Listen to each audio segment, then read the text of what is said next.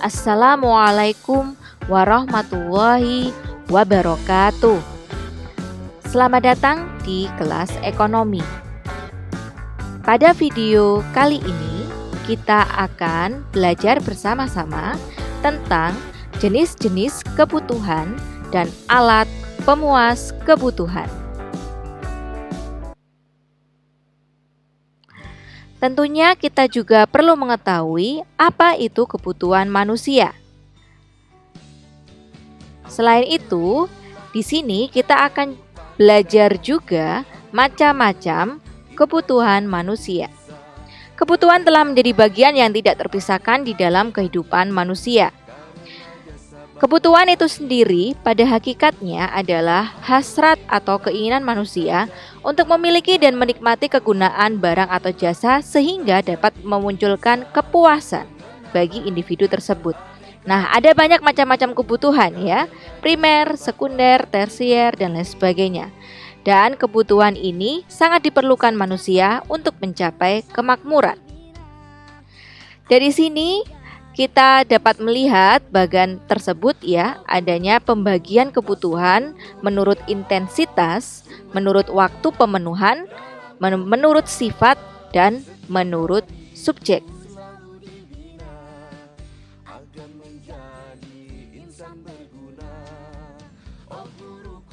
Pembahasan yang pertama adalah kebutuhan menurut intensitasnya.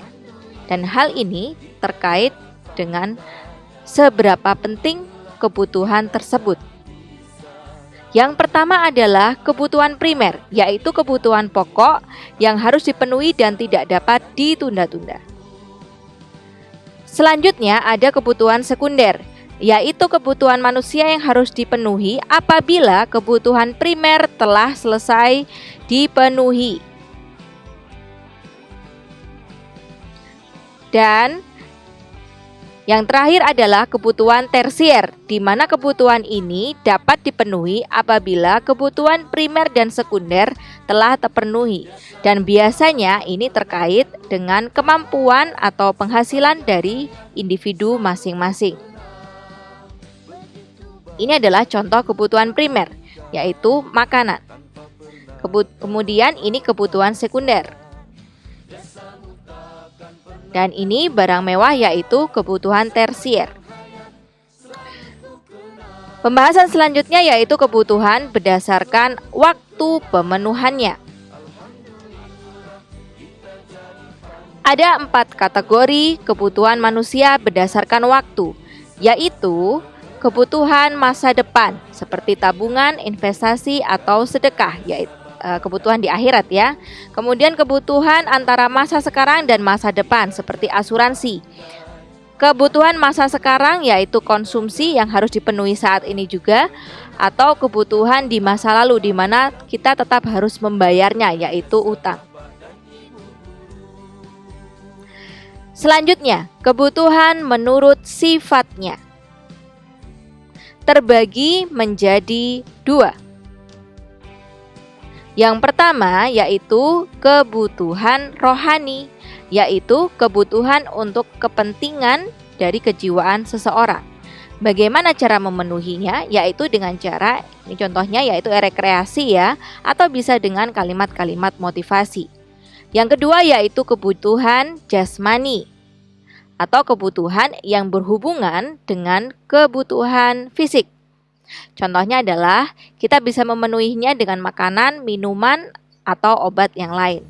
Kemudian kebutuhan menurut subjeknya terbagi menjadi 2. Yaitu yang pertama kebutuhan individu, ya, atau kebutuhan yang hanya dirasakan oleh pribadi seseorang. Contohnya petani memerlukan traktor, memerlukan cangkul. Sementara guru pastinya kebutuhan individunya berbeda, seperti membutuhkan buku atau alat-alat pendidikan lainnya. Kemudian ada kebutuhan publik atau kebutuhan umum ya, di mana di sini adalah pemenuhan fasilitas-fasilitas publik. Nah, menurut Al-Syatibi, kebutuhan manusia dalam Islam dibagi menjadi 3 macam, yaitu daruriyat, primer, hajiyat, sekunder, dan tahsiniyah. Hal ini terkait menjaga agama, menjaga kehidupan, menjaga akal, menjaga keturunan, menjaga harta.